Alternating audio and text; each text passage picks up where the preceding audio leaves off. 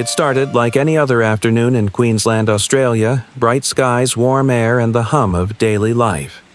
But within minutes, the light began to fade. Dark clouds gathered with unnatural speed, swirling into a violent spinning mass above the horizon. Then it began a sound no one would forget. Pop, crack, smash. Baseball-sized hail slammed into rooftops and cars tearing through solar panels, smashing windows and stripping paint from vehicles in seconds. The air filled with the roar of thunder and the metallic rattle of ice against tin roofs, a sound like gunfire raining from the heavens. Residents ran for cover as 60-mile-per-hour gusts shook trees and sent debris flying through the streets. It looked like snow at first, one woman said, staring out from what used to be her living room. Then it started breaking everything. By the time the sky cleared, entire neighborhoods were unrecognizable cars, shredded power lines down homes ripped open to the storm. Australia's most violent hail event in years had arrived without mercy. And for thousands, it was only the beginning of a long, painful night.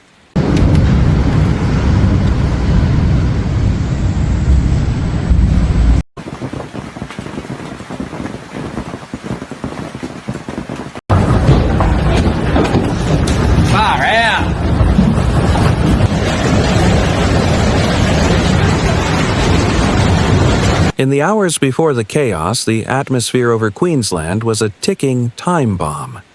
Meteorologists watching radar screens knew something was coming, they just didn't know how big it would get. A mass of warm, humid air drifted in from the Coral Sea, colliding with a surge of cold, dry air sweeping up from the south. High above the ground, winds screamed across the upper atmosphere at nearly 100 miles per hour, twisting the developing storm into rotation. It was a perfect meteorological setup, the kind scientists call a supercell, capable of creating everything from giant hail to tornadoes. By 4:30 p.m., the skies over the Lockyer Valley turned a sickly green, a color every Australian recognizes as the sign of incoming trouble. The Bureau of Meteorology had issued several warnings, but no one was prepared for what was about to happen next. The storm exploded with staggering force as it raced eastward toward Ipswich, Brisbane, and the Gold Coast, a corridor home to more than 3 million people. Inside, the storm's rotating core air currents rocketed upward at nearly 100 miles per hour, holding ice in the freezing zone for so long that each piece grew layer by layer. Small pellets became baseball-sized hailstones suspended in the sky. When gravity finally won, those frozen missiles plummeted to Earth with deadly precision. Within minutes, the first reports began flooding and smashed skylights, roof collapses, car alarms wailing through the roar of thunder. The perfect storm had been born, and Queensland was directly in its path.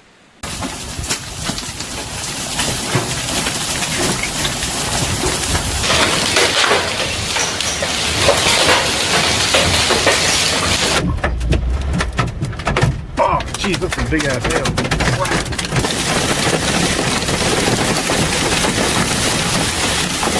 When the storm finally struck, there was no time to prepare, only time to survive. In small towns like Pratt and Clifton and Mount Walker, the first impacts were deafening. The hail didn't fall, it attacked. Chunks of ice up to 3.5 inches across slammed into rooftops, shattering tiles, smashing skylights, and piercing through car windshields as if they were paper. Residents described it as sounding like a machine gun, a relentless metallic barrage that went on for nearly half an hour. Everything was shaking the roof. The walls, even the ground, said one man from Ipswich. It felt like the sky was exploding. In just minutes, entire neighborhoods were transformed. Lawns and roads disappeared beneath a thick layer of ice. Trees snapped and 2 fences splintered and power poles came crashing down. A driver near Clifton escaped death by inches when a live power line fell directly onto his car. Meanwhile, winds over 60 miles per hour hurled debris through the air like shrapnel. Emergency services were overwhelmed. Within the first few hours, the Queensland State Emergency Service logged more than 2,500 calls for help, roofs torn off, windows blown out, people trapped in flooded basements. Sirens wailed through the chaos as rescue crews raced to the hardest-hit areas. When the storm finally moved on, silence fell, the kind of silence that only comes after disaster. The streets were white blanketed in ice that glittered under flashes of distant lightning. From the air, Queensland looked less like the tropics and more like a war zone covered in snow. But this wasn't winter, it was destruction.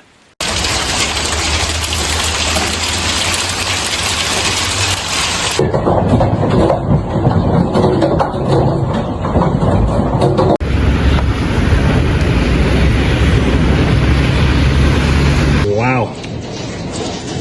Wicked. When the hail finally stopped, the sound that followed was almost worse silence. A silence broken only by dripping water and the faint hiss of broken power lines. Across southeast Queensland, more than 81,000 homes were without electricity. Streets were flooded with melted hail cars, half-submerged alarms wailing in the dark. Families used flashlights and phones to navigate their living rooms now covered in shattered glass and soaking furniture. In Ipswich, a young mother held her child close as ceiling panels gave way above them, water pouring in like rain inside the house. "We hid in the bathroom," she said. "All we could do was listen to the roof breaking, the glass shattering, and just pray it would stop." Entire neighborhoods looked like scenes from a natural disaster movie, but this was real life. Emergency dispatch centers were overloaded. The state emergency service fielded over 2,500 calls in the first few hours. Crews moved through debris-choked streets checking on the elderly and rescuing people trapped by downed power lines. Local businesses were wrecked. Car dealerships reported hundreds of vehicles totaled. Shop owners waded through waterlogged floors, their merchandise ruined by leaks and hail holes in the roof. Insurance companies scrambled to respond. Over 11,000 claims were filed within days, one of the largest surges in Queensland's history.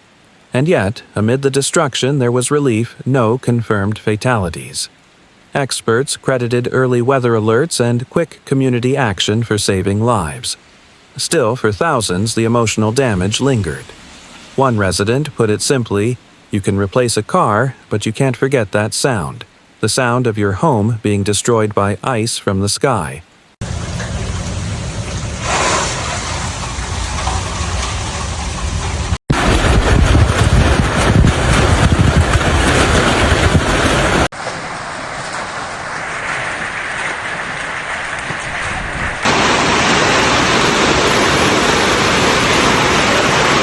As dawn broke over Queensland, the true power of the storm came into focus. Radar imagery from the Bureau of Meteorology revealed something almost unbelievable. The supercell had maintained a rotating core for more than 2 hours, stretching nearly 7 miles high into the atmosphere. Inside, that monstrous column of air hailstones had been lifted frozen and recirculated again and again, until they reached the size of baseballs, each one falling with the force of a sledgehammer. Across the Darling Downs and Granite Belt farmlands that had been green the day before were flattened into white wastelands. Crops were shredded, irrigation pipes lay twisted and broken. Livestock scattered in panic as barns lost their roofs, and farmers watched helplessly as months of labor were erased in minutes. In the suburbs of Brisbane and Toowoomba, car dealerships looked like junkyards. Hundreds of vehicles totaled, windshields caved in, metal panels pocked with deep craters. Solar farms that once gleamed under the Australian sun now looked like broken mirrors, their panels shattered into pieces. Meteorologists compared the storm's energy to that of a small tornado outbreak. Only this time the destruction came from above, not the ground. The storm's updrafts were so powerful they generated microbursts, downward explosions of wind strong enough to tear roofs off houses and send debris flying blocks away. Residents described the moment vividly. "It felt like the air was alive," said a farmer from Clifton. "You could see the clouds twisting, glowing like the sky itself was angry." And in that anger, Queensland learned a brutal truth: nature doesn't need days to destroy. Sometimes it only takes minutes.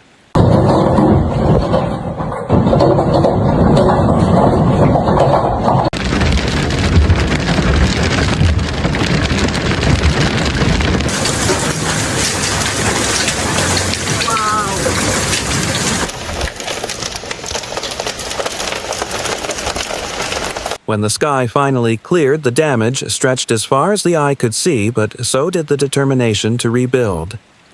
In town after town, people stepped out of their homes and saw what looked like another world: cars crushed, trees uprooted, and streets buried under a thick crust of ice. Yet, before cleanup crews could even arrive, the community was already at work. Neighbors climbed onto roofs with blue tarps and duct tape patching holes to keep out the rain. Families shared generators and candles with those still in the dark.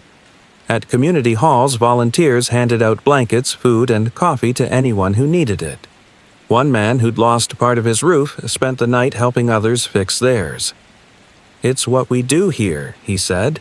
"When the storm hits one of us, it hits all of us." The Queensland State Emergency Service deployed hundreds of responders across the southeast, working through the night to restore power, clear fallen trees, and rescue stranded residents. In Brisbane, Premier Stephen Miles visited damaged neighborhoods announcing disaster recovery funding and promising that no one will be left behind. Local councils set up mobile recovery centers to help residents file insurance claims and get temporary housing. Insurance companies sent assessment teams street by street tallying up what experts now believe could be hundreds of millions of dollars in damage. Still, amid the broken glass and twisted metal, moments of hope shone through. A grandmother sweeping debris from her kitchen while her grandchildren built small snowmen from the leftover hail. A group of teenagers organizing food drives for families who'd lost everything. Even firefighters, after a 14-hour shift, stopped to help a stray dog trapped under a fallen fence. Queensland had been battered, but not beaten. The storm had taken their cars, their roofs, their crops, but not their spirit. And as the sun returned, glinting off fields of melting ice, the message was clear: recovery had already begun.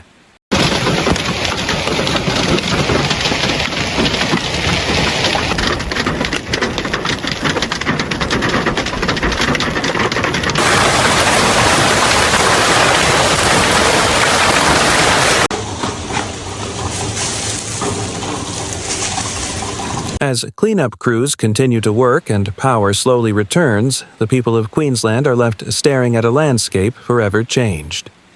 What was once a warm spring afternoon turned into a battle between man and nature, a reminder of how fragile life can be when the sky decides to turn against us. The hailstorm may have lasted only hours, but the scars it left will take months, even years to heal. Families are rebuilding, farmers are replanting, and insurance teams are still counting the cost. Yet for many, the real loss isn't just physical, it's emotional. The feeling that something unstoppable and unpredictable has become the new normal. Scientists are clear events like this aren't random anymore. As the planet warms, the atmosphere holds more energy-fueling storms that are stronger, wetter, and far more destructive. And while this story unfolded half a world away, its message hits home for millions of Americans living through their own extremes, from Texas hail outbreaks to Florida hurricanes and Midwestern tornadoes that now strike in seasons they never used to. What happened in Queensland isn't just Australia's problem, it's a glimpse into our collective future. Because the same skies connect us all. The same oceans, the same storms, the same fragile balance.